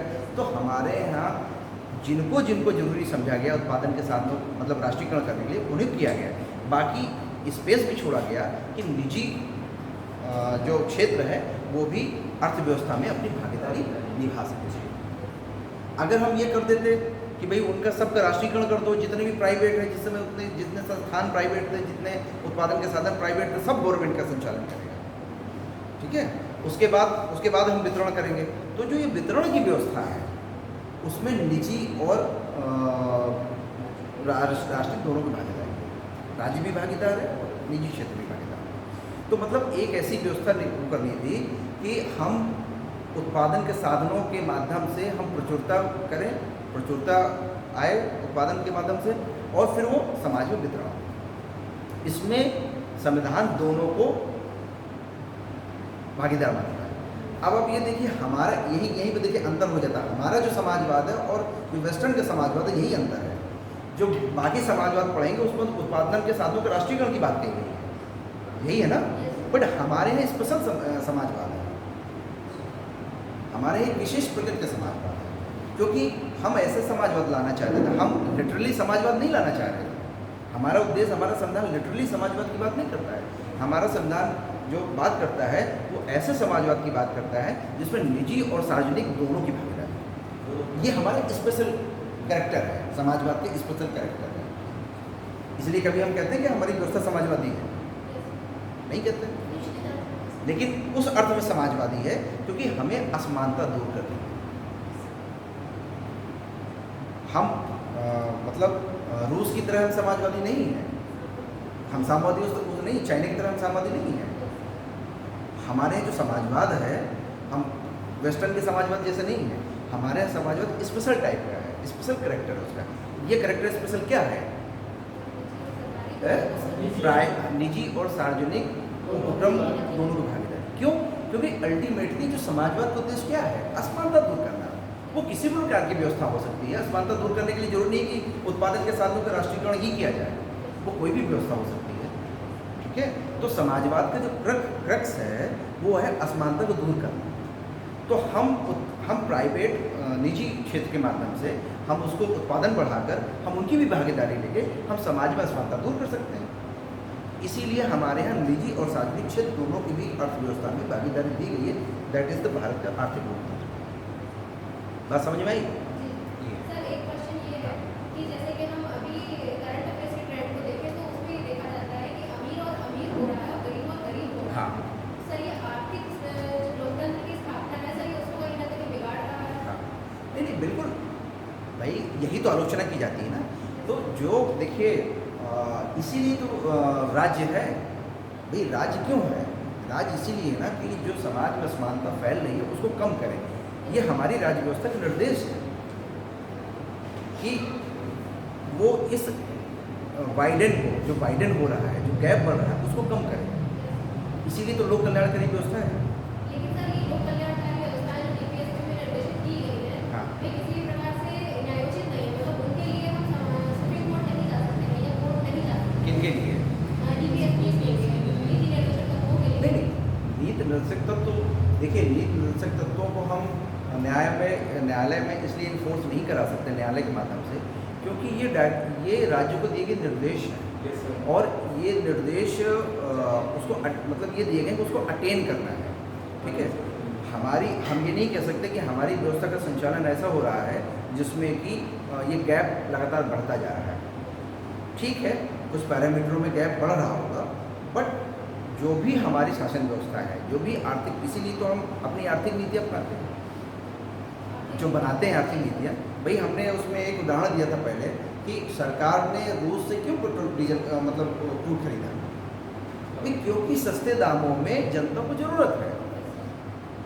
ठीक है, ग्लोबलाइजेशन के जो ये देखिए, ये बहस का एक मुद्दा हो सकता है कि जो भाई देखिए ग्लोबलाइजेशन है पूरे वर्ल्ड में, इस समय जो व्यवस्था चल रही है एक तरह से ग्लोबलाइजेशन की व्यवस्था है। ठीक है, उसमें ये हो सकता है कि कुछ रिपरकर्शन उसके हो रहे हैं, लेकिन कुल मिला के तब भी हमारी राज्य व्यवस्था का अभी भी उद्देश्य लोक कल्याणकारी है।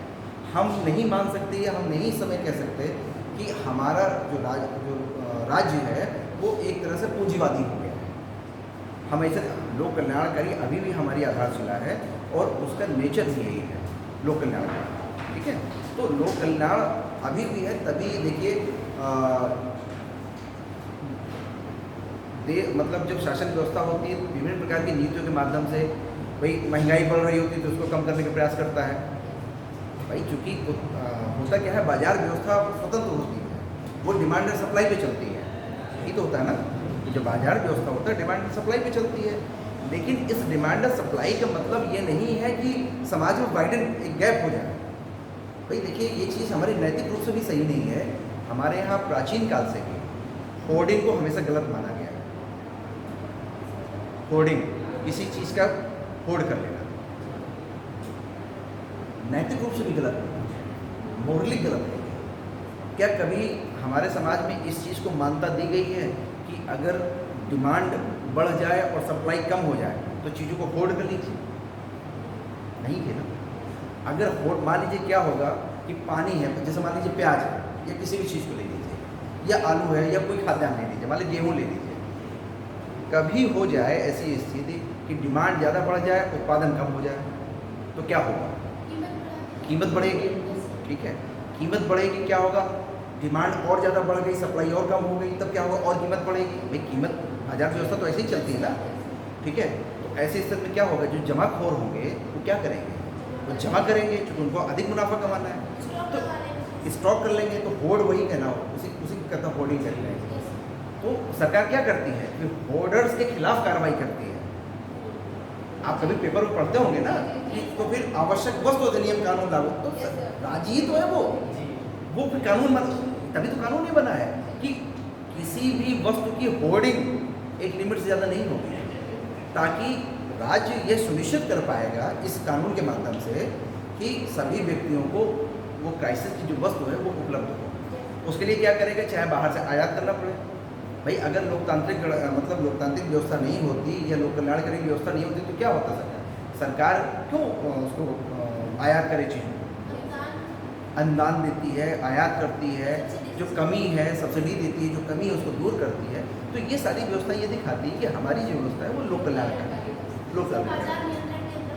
हाँ ठीक है, और बाजार जो है अपना बाजार से होता है, लेकिन उस बाजार को कंट्रोल करना, एक सीमा तक तो छूट दी गई है, लेकिन जब वो ऐसी स्थिति पैदा हो जाए जबकि आर्थिक न्याय खतरे में पड़ जाए तब सरकार फिर उस पर इंटरफेयर करती है।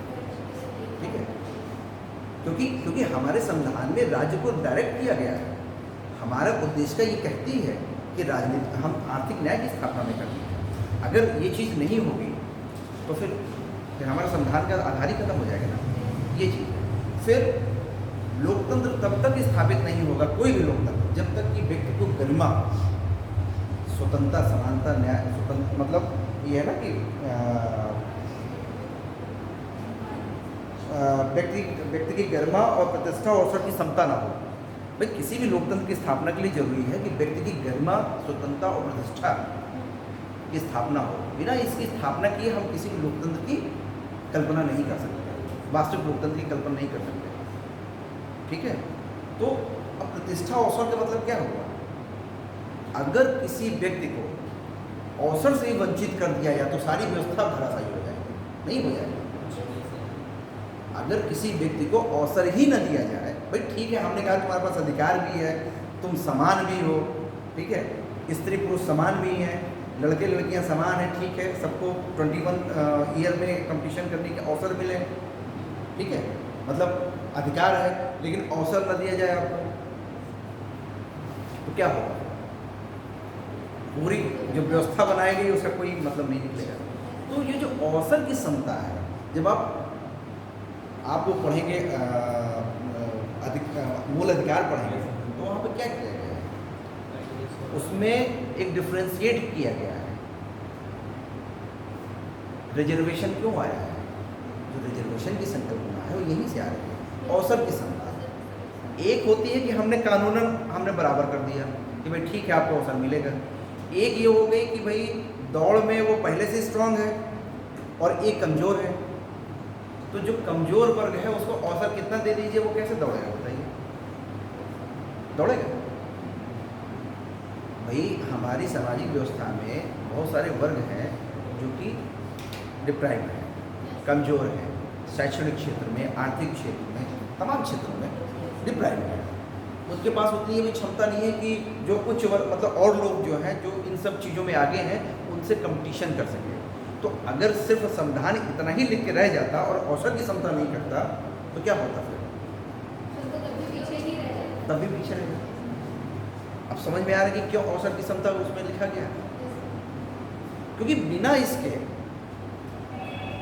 हम पूरे जिस उद्देश्य को लेकर हमारी राज्य व्यवस्था चल रही थी, मतलब हम लोग चल रहे थे, we the people of India, जिस उद्देश्य को लेकर आगे बढ़ रहे थे वो फलीभूत नहीं होता। ये हो जाता फलीभूत, बताइए, नहीं होता ना। वो फलीभूत तभी होगा जब अवसर की हम कुछ भी कर लें, हम लोकतंत्र स्थापित करते हैं, हम पार्लियामेंट्री फॉर्म ऑफ गवर्नमेंट स्थापित करते हैं, हम सब कुछ करते हैं, ठीक है, लेकिन अगर व्यक्ति को अवसर की क्षमता नहीं दी जाएगी, वो व्यवस्था अवसर की क्षमता नहीं देगी, तो उसके लिए इस लोकतंत्र का कोई मतलब नहीं है। भूखों के लिए लोकतंत्र का कोई मतलब नहीं है, गरीबों के लिए लोकतंत्र का कोई मतलब नहीं है। क्रांतियाँ क्यों होती हैं, व्यवस्थाओं में क्रांतियाँ तभी होती हैं जबकि एक समाज इतना हो जाता है कि डिप्राइव हो जाता है, भुखमरी का शिकार हो जाता है या उसको वंचित हो जाता है। अगर हम वंचित तबके को अपलिफ्ट न कर पाए तो हमारा समाज वाइडन हो जाएगा, और जिस समाज में इतना खाई होगी लोगों के बीच, वो समाज कभी आगे बढ़ नहीं सकता। तो हम जिस संविधान को बना रहे थे उसमें ये आवश्यक लगा कि अवसर की समता भी दी जाए, इसी के लिए पूरा मूल अधिकार रखे गए। उसमें अवसर की समता का भी अधिकार रखा गया।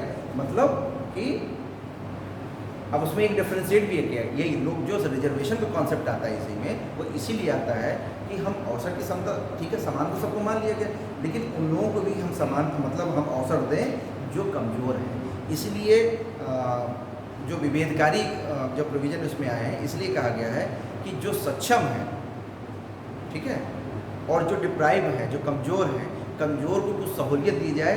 हमारे सर्वोच्च न्यायालय ने उसको अवसर, मतलब ये नहीं कहा कि इसमें अवसर की या समानता की है, समता, इसमें समता नहीं, वो भी माना है कि विभेदकारी प्रावधान जो भी है वो समता युक्त है। समानता का प्रयोग नहीं किया गया सर, समता का प्रयोग। हाँ हाँ, नहीं वही है, मतलब समानता समता वही सेम ही तो आता है उसका। जब तक सक्षम को ओवरटेक कर देगा, जैसे रिजर्वेशन है, हाँ। जब सक्षम हो जाता है तो उसको खत्म कर देना चाहिए। हाँ हाँ, नहीं तो वो ओवरटेक सक्षम वाले को कर देगा। नहीं वो तो देखिए पॉलिटिकल डिस्कोर्स हो गया, मतलब ये तो हमारे यहाँ जो कास्ट बेस रिजर्वेशन है, इसे इकोनॉमी में होना चाहिए तो समाज में समानता बनी है, इससे तो असमानता फैल रही है। नहीं देखिए क्योंकि ये वो नहीं, असक्षम है, हाँ। वो रिजर्वेशन से सक्षम हो जाता है, फिर वो सक्षम वाले को ओवरटेक कर देता है। ये वो तो है, है? आर्थिक तरीके से ध्यान में नहीं भाई देखिए ये तो पॉलिटिकल डिस्कोर्स का इशू है, लेकिन जो फिलॉसफी इसके पीछे थी वो फिलॉसफी यही थी, इसीलिए संविधान में 10 साल के लिए रखा गया था। भाई जो संविधान निर्माता थे हमारे डॉक्टर भीमराव अम्बेडकर जो है, उन्होंने ये तो नहीं कहा कि इसको फाइनल मतलब परमानेंट प्रोविजन कर दिया जाए, उन्होंने कभी परमानेंट नहीं कहा। जब संविधान सभा में विचार हो रहा था तो जो आपका प्रश्न था वो भी आया होगा, इसीलिए वहाँ पर स्थायी प्रोविजन नहीं किया गया कि रिजर्वेशन एक स्थायी प्रोविजन होगा। जो SC/ST का आरक्षण रखा गया है, OBC का आरक्षण तो बाद में आया है, जो SC/ST का आरक्षण मूल रूप से संविधान में दिया हुआ है, वो संवैधानिक व्यवस्था है, ठीक है, लेकिन वो 10 साल के लिए रखी गई और ये माना गया कि सरकार या गवर्नमेंट या व्यवस्था ऐसी व्यवस्था बनाएगा जिससे कि उन कमज़ोर वर्गों को भी मेन स्ट्रीम में लाया जा सके। जब वो स्ट्रीम में मेन स्ट्रीम में आ जाते हैं, आधार क्या था सर आरक्षण? यही अवसर की समता या समानता। जी सर आरक्षण का आधार क्या था, किस बेस पर आरक्षण दिया? आर्थिक रूप से पिछड़े लोगों को आरक्षण दिया गया या सामाजिक रूप से पिछड़े? राष्ट्रवादी, ना कि आर्थिक ना कि सामाजिकता। देखिए ऐसा है ना कि ये मतलब थोड़ा पॉलिटिकल डिस्कोर्स में चला जाएगा, डिस्कशन में चला जाएगा, लेकिन देखिए हमारे यहाँ जो आरक्षण का जो आधार दिया गया, जो OBC का जब आरक्षण हुआ, इन्होंने मंडल कमीशन जब आया, ठीक है, हाँ OBC मंडल कमीशन जब मंडल कमीशन आया तब उससे से OBC का आरक्षण रचना हुआ, 89 में शायद आया था, 1989 में, ठीक है। बट जो संविधान में ये माना गया कि जो हमारे SC/ST वर्ग है वो प्राचीन काल से ही वो डिप्राइव है।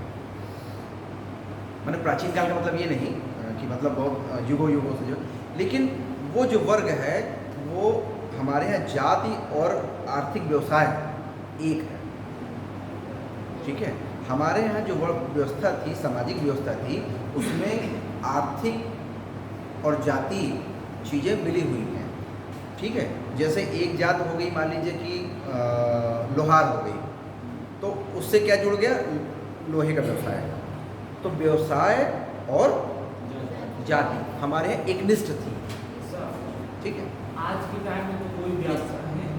आगे बढ़ेगा, नहीं हम समझ रहे हैं, आगे डिस्कस करेंगे, हम इसको क्लियर कर दें। तो हमारे यहाँ क्या माना गया कि हमारे यहाँ पिछड़ेपन का कारण हमारे आर्थिक और सामाजिक दोनों हैं, दोनों एक दूसरे से अंतर्निहित हैं, हम अलग नहीं कर पा रहे हैं उसको। हमारी जो व्यवस्था, सामाजिक व्यवस्था थी, उसमें दोनों के अंतर को अलग, मतलब दोनों को अलग कर पाना बड़ा मुश्किल था, ठीक है, क्योंकि व्यवसाय और जाति एक दूसरे से बिल्कुल मतलब एक जुड़ी हुई थी।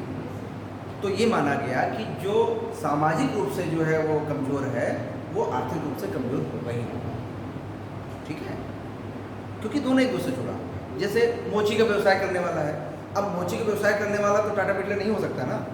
लेकिन ये जरूरी नहीं सर, जो आर्थिक रूप से कमजोर हो वो सामाजिक रूप से भी कमजोर हो। जो आर्थिक रूप से कमजोर हो वो सामाजिक रूप से भी कमजोर होगा। यही था, जो आर्थिक रूप से कमज़ोर होगा वो सामाजिक रूप से भी कमजोर होगा। लेकिन सर ये कैसे उदाहरण बताइए? सर जो पढ़ने पढ़ाने का काम करता हो, है? जो प्राइवेट टीचर हो, हाँ प्राइवेट टीचर का जो बच्चा होगा, वो तो एक पढ़ने पढ़ाने की क्रिया में संलग्न होगा, तो वो सामाजिक रूप से तो पिछड़ा नहीं होगा सर, अगर हाँ। हमने और एक कोलू पर काम करने वाले व्यक्ति का बच्चा वो तो सामाजिक रूप से पिछड़ा होगा। सही है? नहीं ठीक है, वो बताइए। सामाजिक रूप से पिछड़ा होगा, भले ही वो उनका वेतन समान हो। किनका समान? एक प्राइवेट टीचर और एक कोलू पर काम करने वाले मजदूर का बच्चा जो हो, मजदूर का बच्चा सामाजिक रूप से पिछड़ा हो सकता है, लेकिन जो टीचर है उसे वो परिवेश मिलता है, वो समाज मिलता है, वो नहीं सामाजिक रूप से पिछड़ा होगा, पिछड़ा नहीं कहलाएगा। वो सामाजिक रूप से पिछड़ा नहीं होगा टीचर का बच्चा।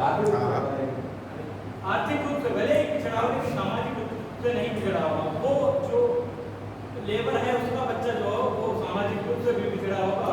नहीं ठीक है, तो नहीं इसीलिए तो हम अब देखिए यहाँ पर क्या है ना, एक मिनट, अब इसीलिए क्या हुआ कि हमें तो उनको अपलिफ्ट करना, मतलब पहला प्राथमिकता हमें कहाँ आएगी? तो सामाजिक स्तर पर पिछड़े हुए लोग होंगे। पहली प्राथमिकता आएगी जो सामाजिक आर्थिक दोनों में पिछड़े हैं, यही तो आएगी। हमारी पहली प्राथमिकता क्या होगी?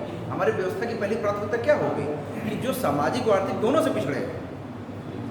ठीक है, हमारे यहाँ जो परंपरागत सामाजिक ढांचा था उसमें क्या था? उसमें वही हमने बताया ना कि उसमें जाति और व्यवसाय दोनों एक दूसरे से अनुशासित थी। तो ये माना गया कि जो जातियाँ पिछड़ी हैं वो निश्चित रूप से उनका आर्थिक पिछड़ापन भी होगा, इसलिए दोनों मतलब इसलिए कहा गया कि उनको पहले रिजर्वेशन देने की आवश्यकता है। ठीक है, अच्छा, तो मतलब यही कहने का मतलब है कि समता की प्रतिष्ठा, और बिना इनके हम किसी भी व्यक्ति की प्रतिष्ठा नहीं कर सकते, ला सकते हैं, और नहीं। हाँ, जैसे कि इकनॉमी जो सक्षम हो जाएगा तो वो सामाजिक रूप से भी सक्षम हो जाएगा। बिल्कुल हो जाएगा। फिर सर उसे रिजर्वेशन की आवश्यकता क्या है? नहीं, उसे कहाँ? रिजर्वेशन त्याग देना चाहिए। नहीं, उसका विवाद का मुद्दा सर ये हो सकता है, जो EWS आया है, EWS आया, ये सिर्फ आर्थिक रूप से ही क्यों दिया गया है सर? ये तो अब इसमें हम नहीं आएंगे क्योंकि हम भटक जाएंगे फिर अपने जो हम बताने जा रहे हैं। नहीं, ये तो एक अलग क्लास चलानी पड़ेगी। नहीं, जो आर्थिक रूप से नहीं, डाउट है सर, डाउट नहीं है। नहीं, डाउट नहीं कर रहे हैं। नहीं, आप कर दो एक- जानिए। क्लास की मर्यादा बनाए रखें आप लोग, पहली चीज़ तो है। हम जिस विषय पर पहले हम डिस्कस कर रहे हैं उस पर हम लोग चलें। ये आरक्षण एक ज्वलंत मुद्दा है देश का, ठीक है, और इसके लिए एक अलग ही सेशन रखना पड़ेगा, बिना उसके नहीं हो पाएगा। नहीं, ठीक है, उस पर हम बहुत डिटेल नहीं जाएंगे, बट उसके पीछे जो फिलॉसफी थी, जो दर्शन था, वो यही था जो हमने अभी बताया कि ये क्यों व्यवस्था है। ठीक है, वैसे सर देश जो है जो सक्षम हो जाएगी इकनॉमी को, तो सामाजिक तो भाई जहाँ नहीं, तो देखिए ना कि जहाँ आर्थिक संपन्नता है वहाँ आरक्षण कहाँ है? भाई विदेशों में आरक्षण कहाँ है? नहीं सर, अगर कोई SC ST का है वो IAS बन जाता है तो वो सक्षम हो गया है पूरी तरीके, फिर भी वो रिजर्वेशन नहीं, ये तो पॉलिसी नहीं, ये तो राजनीतिक निर्णय की बात है भाई। जो राजनीतिक निर्णय लिए जाते हैं वो तो उसकी बात है, मतलब वो क्या हो, कैसा हो, क्या हो, आगे क्या हो। ऐसे तो सर असमानता फैल जाएगी। अगर 100 में से एक व्यक्ति IAS बन भी जाता है तो उससे क्या उस 99 लोगों की जो पिछड़ापन है वो दूर हो जाएगा? तो एक बन जाएगा, एक की जब्त कर लेना चाहिए रिजर्वेशन, 99 को देना चाहिए। नहीं, उधर मत ले जाइए, नहीं उधर मत ले जाइए, नहीं ठीक है, सर ये बहुत नहीं हम इस पर डिस्कस नहीं करेंगे, हाँ, इसके हाँ बाद में डिस्कस करेंगे। अभी हम उद्देश्य पे कर रहे हैं, ठीक है, उस पर डिस्कशन नहीं होगा, हम बाद में आएंगे। कभी जब कभी रखिएगा तो देखिए किसी भी चीज़ के प्रोज एंड कॉन्स दोनों, सर इसी तरह रखते हैं। हाँ कभी रख देंगे, जी सर। प्रोज एंड कॉन्स दोनों होते हैं, ठीक है। एक समर्थक होता है, मतलब एक हम किसी भी चीज़ का हम समर्थन भी कर सकते हैं, उसको विरोध भी कर सकते हैं। आजकल से असमानता ज़्यादा फैल रही है, अगर निष्पक्ष भाव से देखा उसको कंट्रोल करना इम्पॉर्टेंट है, नहीं तो ग्रेडियंट हो जाएगा सर ऐसा। खाने एक निष्पक्ष भाव से देखा जाए। चलिए, ये पॉलिटिकल डिस्कोर्स है, चुनाव होंगे तो वोट आप भी चुनाव लड़िए और उसको फिर लागू करिए व्यवस्था। भाई बेहतरी तो हर चीज़ में की जा सकती है, हर चीज़ को बेहतर किया जा सकता है भाई, कोई भी व्यवस्था है उसको और हम बेहतर कर सकते हैं, करेक्ट कर सकते हैं। सर अगर ऐसा हो तो फिर हर 10 साल में उसको अमेंड करके क्यों बढ़ाया जाता है? सर, आज भी सिर्फ आज भी अरे mainstream में नहीं आ टारगेट सकते। हाँ, नहीं, ठीक है। सर को टारगेट करिए। आप बीच में मत बोलिए। नहीं, एक ऐसा होता है जो इसका निर्धारण करते हैं, लोग डिस्कस भी करते हैं, अपने परिप्रेक्ष्य में देखते हैं, तभी इस पर कोई निष्कर्ष नहीं निकलता। आज के टाइम देखा जाए तो ये तो असमानता फैला रहा है, संविधान अनफॉलो कर रहा है। क्या? इस पे हम आपको बार बार कह रहे हैं कि इस पे हम डिस्कशन एक अलग नहीं, इसका हम अलग सेशन कर लेंगे, एक हम अलग सेशन कर लेंगे। भाई देखिए ये नहीं, देखिए ऐसा है ना कि ये जो टॉपिक है ये निबंध में भी आता है, एसेस में भी आ जाता है, डिबेट भी होती है, सही नहीं किया जा सकता, दैट इज बर्निंग इशू। तो इसके लिए देखिए, इसके लिए आप जरूरी है कि आप लोग इसका अध्ययन करें, पढ़ें और इसके जो दोनों पक्ष हैं उसको देखें, ठीक है, फिर एक निष्पक्ष निष्कर्ष निकालें आप लोग, ठीक है। तो ये फिर कभी उसमें डिस्कस करेंगे, हम आगे बढ़ते हैं, हम वहाँ पे नहीं रुकेंगे, ठीक है। तो इसीलिए जो है ये सब चीज़ें जो व्यवस्था दी गई हैं ये व्यक्ति की गरिमा को बढ़ाने वाली है, क्योंकि जब तक इन सब चीज़ों को नहीं किया जाएगा व्यक्ति की गरिमा को नहीं बढ़ाया जा सकता है, ठीक है। और फिर आता है बंधुता, ठीक है। बंधुता, बंधुता मतलब क्या? क्लास में प्लीज डेकोरम हुआ है, मतलब इस तरह से क्लास नहीं चलती। जो बंधुता है जो हमारे यहाँ दिया गया है वो क्या है? मतलब जब तक ऐसे ही हम व्यवस्था की स्थापना नहीं करेंगे हमारे यहाँ बंधुता फ्रेटर्निटी नहीं स्थापित हो पाएगी। बताइए, जिस समाज में व्यक्ति को गरिमा न हो, जिस समाज में समान अवसर न हो, जिस समाज में समता न हो, जिस समाज में आर्थिक लोकतंत्र न हो, जिस समाज में राजनीतिक लोकतंत्र न हो, ठीक है, क्या ऐसे समाज में बंधुता स्थापित हो सकती है?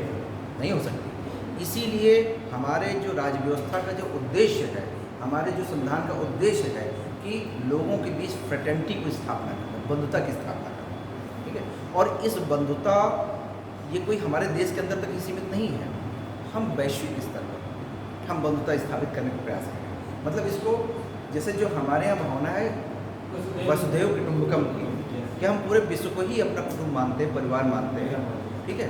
तो हमारी राज्य व्यवस्था का जो संविधान द्वारा निर्देश दिया गया है वो यही किया गया है कि not only with in nation but in international sphere वो बंधुता की स्थापना करें, वो नीतियाँ बनाए जिससे कि विश्व में शांति और समरसता की स्थापना हो सके, विश्व में फ्रेटर्निटी फैल सके। क्यों? क्योंकि भारत, अब एक चीज़ ये मानिए कि भारत की स्वतंत्रता की मांग हमारे जो नेशनल मूवमेंट के लोग थे, चलाने वाले थे, उन्होंने क्यों भारत की स्वतंत्रता की मांग? भारत की स्वतंत्रता की मांग क्यों की जा रही थी? यह जब हमारे जो हमारे राष्ट्रीय आंदोलन करने वाले थे, नेता थे, वो जब विदेश जाते थे तो क्यों बढ़ चढ़ के कहते हैं कि भारत को स्वतंत्र होना चाहिए? क्योंकि कहीं न कहीं भारतीय लोगों के सामने विचार, बंधुत्व और उनकी प्राचीन परंपरा और भावनाओं का बहुत लोप होता था। नहीं, देखिए भारत एक विशाल देश था नहीं है, ठीक है। जिस देश की एक अरब जनसंख्या, मान लीजिए आज की जनसंख्या उस समय जो भी रही हो, अगर वो सुशासन के अधिकार से वंचित है तो क्या विश्व में समरसता स्थापित हो सकती है? विश्व में स्थायित्व हो सकता है? भाई उस विश्व का एक ऐसा देश जो कि महान हो, जिसके पास लोकतांत्रिक मूल्य हो, जिसके पास विचार हो, ठीक है भाई, जिसके पास इतना जिसको सोने की चिड़िया कभी कहा जाता हो, ठीक है, जिसको इतना ग्लोरियस माना जाता हो, जिसके बारे में लोग जानना चाहते थे, जिसके बारे में लोग समझना चाहते थे, जिसके बारे में विदेशों से लोग व्यापार करना चाहते थे, लोग भारत की खोज करना चाहते थे कि भारत कहाँ है, जिसको लोग कहानियों में सुनते थे, वो इतना महान देश अगर अपने सुशासन के ही अधिकार से वंचित है तो क्या वो ऐसा देश मतलब ऐसा विश्व या राष्ट्रों के मध्य संबंधों में क्या न्यायपूर्ण होगा? तो भारत की स्वतंत्रता की जो मांग की जा रही थी ब्रिटिश से, वो इसी आधार पर की जा रही थी कि भारत जैसा महान देश मतलब किसी का अधीन अब नहीं रह सकता, क्योंकि उसकी अधीनता जो विश्व में लोकतंत्र की स्थापना है, जो विश्व में लोकतांत्रिक आदर्शों की बात हो रही है, जो वैश्विक स्तर पर मूल्यों की बात हो रही है, वो उसको पुढ़ारा गया है। अगर विश्व में वैश्विक स्तर पर अगर समानता की बात हो रही है, न्याय की बात हो रही है, लोकतंत्र की बात हो रही थी, क्योंकि उसी समय ब्रिटेन में भी तो परिवर्तन आ रहा था। लॉक स्वतंत्रता, समानता, न्याय की बात कर रहा था। तो यही कहा जा रहा था कि अगर कोई देश अपने राष्ट्र के लिए, अपने नागरिकों के लिए स्वतंत्रता, समानता, न्याय की बात कर रहा है, लोकतांत्रिक अधिकारों की बात कर रहा है, तो भारत को उस अधिकार से क्यों वंचित रखा जाए। तो हमारी जो ब्रिटेन से जो मांग हुआ करती थी वो यही होती थी कि जिन मूल्यों को ब्रिटेन अपने यहाँ लागू कर रहा है वो मूल्यों को यहाँ क्यों नहीं लागू कर रहा है, और अगर उन मूल्यों से, उन अधिकारों से अगर भारत को वंचित रखा जा रहा है तो ये वैश्विक स्तर पर स्पर्धा है। तो फिर बाकी जो कानून, जो मूल्य हैं, जो आदर्श हैं, जो एक राजनीतिक आदर्श माने जा रहे थे, जिन पर डिस्कशन हो रहा था उस समय, वो बेमानी हो जाएंगे। भाई शोषण कितने दिनों तक चलेगा देश का। तो ये सब चीज़ें हम इसीलिए तो मांग कर रहे थे। हमारे जो नेशनल मूवमेंट था यही तो था कि भाई हमको भी अधिकार मिले। अगर ब्रिटेन में अधिकार है, अगर फ्रांस में अधिकार है, अगर अमेरिका में लोगों को अधिकार है, तो हमें क्यों उन अधिकारों से वंचित रखा जाए। तो इसी के आधार पर जो उपनिवेशवाद था उसकी आलोचना की जा रही थी। उसको कहा जा रहा था कि ये उपनिवेशवाद अब नहीं चलेगा, पराधीनता अब नहीं चलेगी। तभी तिलक ने कहा था कि स्वशासन या स्वराज मेरा जन्मसिद्ध अधिकार है। क्यों कहा? इसीलिए कहा कि स्वराज मेरा जन्मसिद्ध अधिकार है।